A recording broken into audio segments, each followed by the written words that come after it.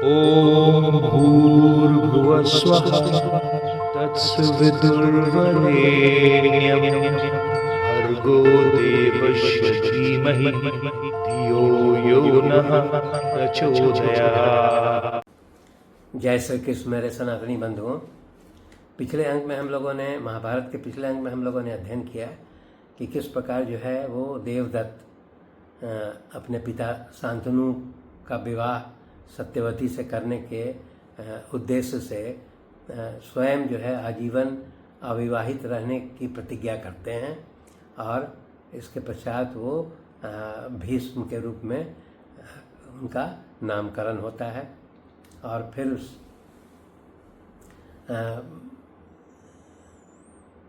उनके पिता जो है शांतनु वो प्रसन्न होकर के और उन्हें आजीवन जो है इच्छा मृत्यु का वरदान देते हैं। महाभारत के इस अंक में हम लोग अध्ययन करेंगे कि शांतनु किस प्रकार जो है विवाह के पश्चात अपने दो पुत्र उत्पन्न करते हैं और फिर उन दोनों पुत्रों का विवाह जो है वो किस प्रकार संपन्न होता है। इन सभी विषयों का अध्ययन इस अंक में हम लोग करेंगे।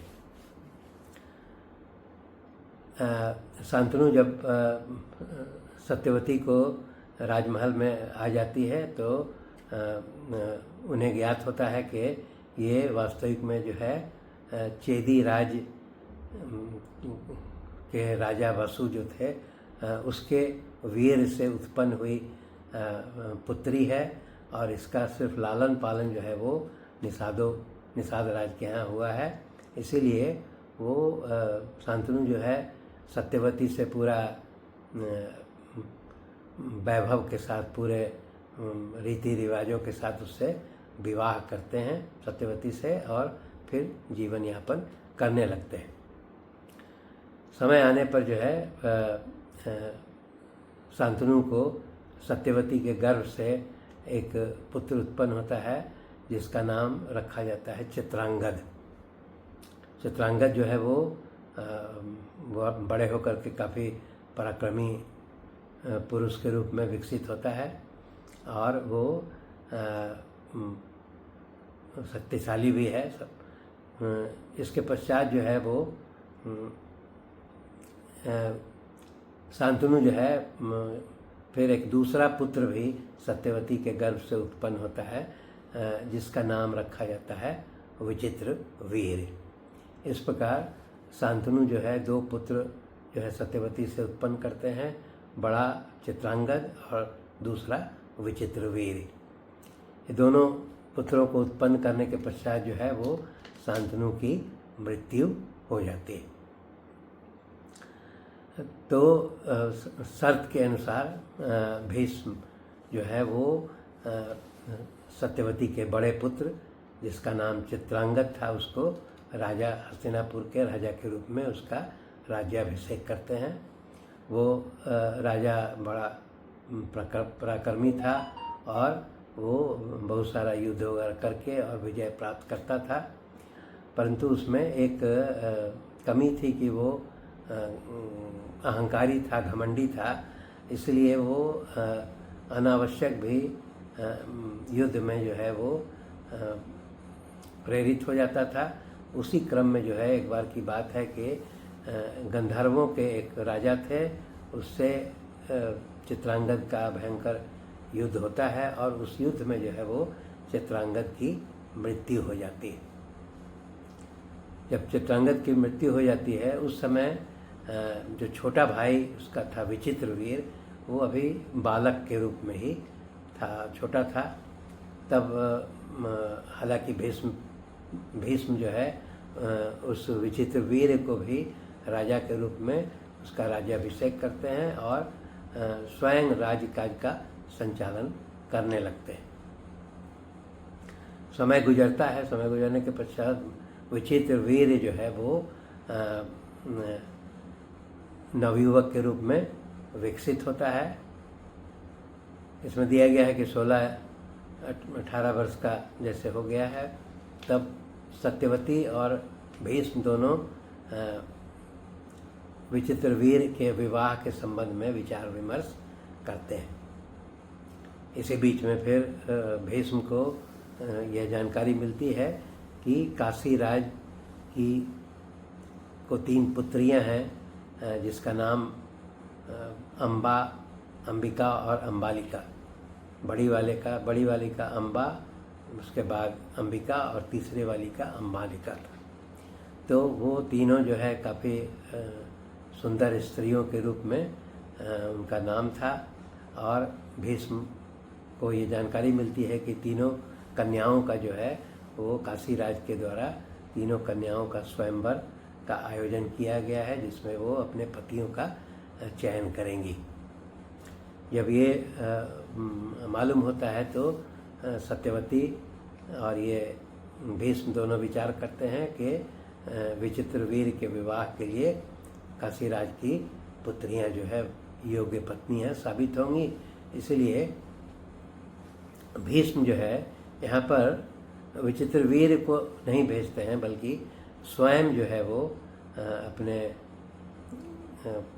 अस्त्र शस्त्र और सुंदर रथ में सवार होकर के और उस स्वयंवर में जाते हैं। इस समय भीष्म जो काफ़ी वृद्ध हो चले हैं और जब उस स्वयंवर में वो पहुंचते हैं तो सभी राजा लोग जो है भीष्म को देख करके उनका मजाक भी उड़ाते हैं, हास्य भी पैदा करते हैं।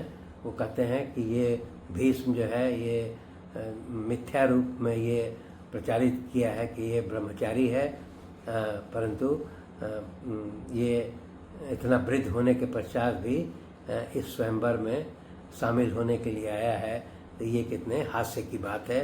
इस प्रकार का सभी राजा लोग जो है इनका हास्य बनाते हैं। परंतु भीष्म जो है उनके इस बातों पर विचार नहीं करते हैं और उस स्वयंवर से जो है तीनों कन्याओं को उसको बलपूर्वक जो है वो अपने रथ पर बैठा करके और अपहरण करने लगते हैं। और उसके पश्चात फिर वो सभी जो उपस्थित राजागण हैं उसको जवाब देते हैं कि यहाँ पर वास्तविक में विवाह का जो है हमारे पुराणों में विवाह का कुल 8 प्रकार बताया गया है। तो यहाँ भीष्म जो है वो सभी राजा को उन विवाहों के बारे में उसका वर्णन करते हैं। वो बताते हैं कि अगर धन लेकर के कन्या दिया जाता है तो इसको हम लोग आसुर विवाह करते हैं, और उसके बाद बल से जो है कन्या का अपहरण करते हैं उसको राक्षस विवाह करते हैं, और उसके पश्चात अगर कन्या और पुरुष दोनों आपसी सहमति से विवाह करें तो उसको गंधर्व विवाह करते हैं। उसी प्रकार अगर सोई हुई कन्या का अपहरण कर लिया जाए तो उसको पैशाच विवाह करते हैं, और उसके पश्चात फिर वो दोनों कन्या और वर को प्रतिज्ञा करा करके और उसको पूरे अलंकार रूप से कन्यादान करे तो उसको प्रजापात्य विवाह कहते हैं। और उसके पश्चात आर्य विधि से अगर कन्या को वो ऋत्विज या जो द्विज हैं सब तपस्वी हैं उनको देते हैं, दे करके विवाह करते हैं तो उसको हम लोग देव विवाह कहते हैं। तो इस प्रकार 7 प्रकार का विवाह का प्रकार बताने के पश्चात कहते हैं कि 8वां जो है वो जो क्षत्रिय विवाह है, जिसमें कि सभी राजाओं को पराजित करके और कन्या का अपहरण करके ले जाया जाए, तो ये क्षत्रियों का सबसे सर्वोत्तम विवाह का स्वरूप है। इसलिए मैं इन तीनों कन्याओं का अपहरण करके ले जा रहा हूँ। अगर कोई शक्तिशाली राजा जो है वो हमसे युद्ध करके और इन कन्याओं को प्राप्त कर सकता है तो वो हम मुझसे युद्ध कर सकता है। इस प्रकार का वो सभी राजाओं को इस तरह का देते हैं कि अगर तुम मुझसे युद्ध करके और हमको पराजित करो, तब तुम ये कन्या को प्राप्त कर सकते हो। और इसके पश्चात वो तीनों कन्याओं को, अम्बा, अंबिका, अम्बालिका को रथ पर बैठा करके हस्तिनापुर की ओर चल देते हैं। तब वहाँ जितने उपस्थित राजागण थे वो अपने अस्त्र शस्त्र लेकर के तैयार होकर के रथ पर बैठ करके और भीष्म का पीछा करते हैं और उनसे भयंकर युद्ध करते हैं। भीष्म पर बहुत सारे बाण से प्रहार करते हैं, परंतु भीष्म जो है अंतिम में उन सभी राजाओं के द्वारा छोड़े गए वानों को नष्ट कर देते हैं और सभी राजाओं को पराजित कर देते हैं। और पराजित करने के पश्चात वो तीनों कन्याओं के साथ आगे बढ़ते हैं।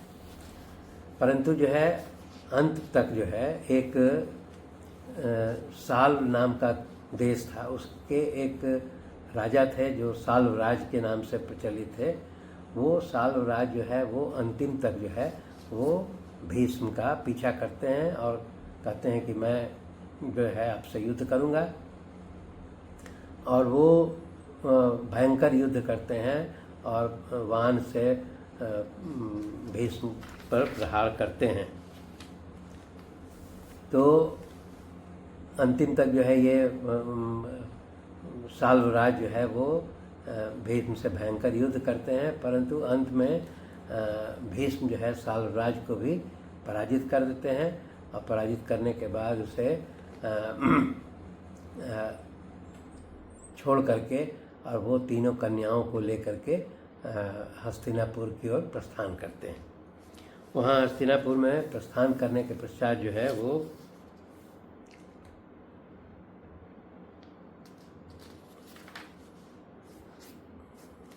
तीनों कन्याओं का जो है वहाँ यहाँ पर दिया गया है कि तीनों कन्याओं को जो ले जाते हैं तो वे अपनी बहन के रूप में, पुत्री के रूप में लेकर के वहाँ चलते हैं और फिर ला करके वो सत्यवती और विचित्रवीर्य को सौंप देते हैं। जब इन तीनों कन्याओं को जब ये पता लगता है कि उसका विवाह जो है वो विचित्रवीर्य से होने वाला है, तब उसमें जो बड़ी वाली जो पुत्री थी जिसका नाम अम्बा था, वह कहती है कि मैं जो है स्वयंवर के पूर्व ही वो जो साल के जो राजा थे जो पीछा कर रहे थे अंतिम तक, उसको अपना पति के रूप में वरण कर चुकी हूँ। इसीलिए मैं जो है इस विचित्रवीर्य से विवाह नहीं कर सकती हूँ।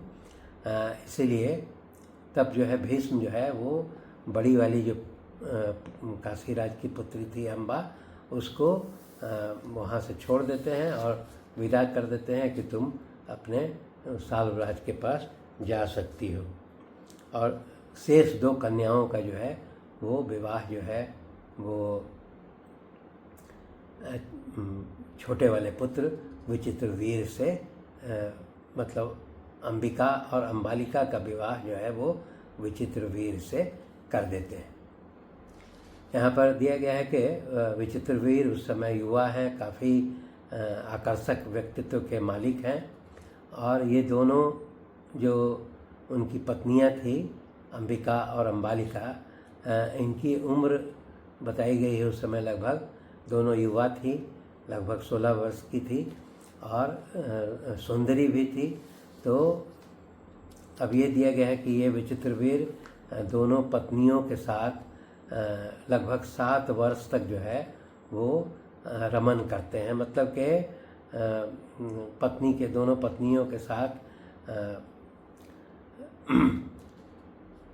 काम क्रिया करते हुए अपना समय व्यतीत करते हैं।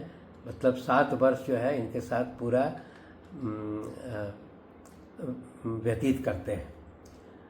तब उसमें अत्यधिक जो है वो काम क्रीड़ा के कारण उन्हें विचित्रवीर्य को जो है राज यक्ष्मा रोग हो जाता है। उस समय का आप यक्ष्मा रोग मान के चलिए कि वो उनको विचित्रवीर्य को राज यक्ष्मा रोग हो जाता है। उसके पश्चात जो है बहुत सारे वैद्य को बुला करके और उनके इलाज का प्रयास किया जाता है, परंतु वह सफल नहीं होता है और अंत में जो है वो कम उम्र में ही वो विचित्रवीर का भी मृत्यु हो जाता है। इस प्रकार जो है वो हम लोग देखते हैं कि दोनों पुत्रों का जो है वो शांतनु के दोनों पुत्र चित्रांगद और विचित्रवीर दोनों जो है की मृत्यु जो है कम उम्र में हो जाती है। शेष जो है अगले अंक में। धन्यवाद।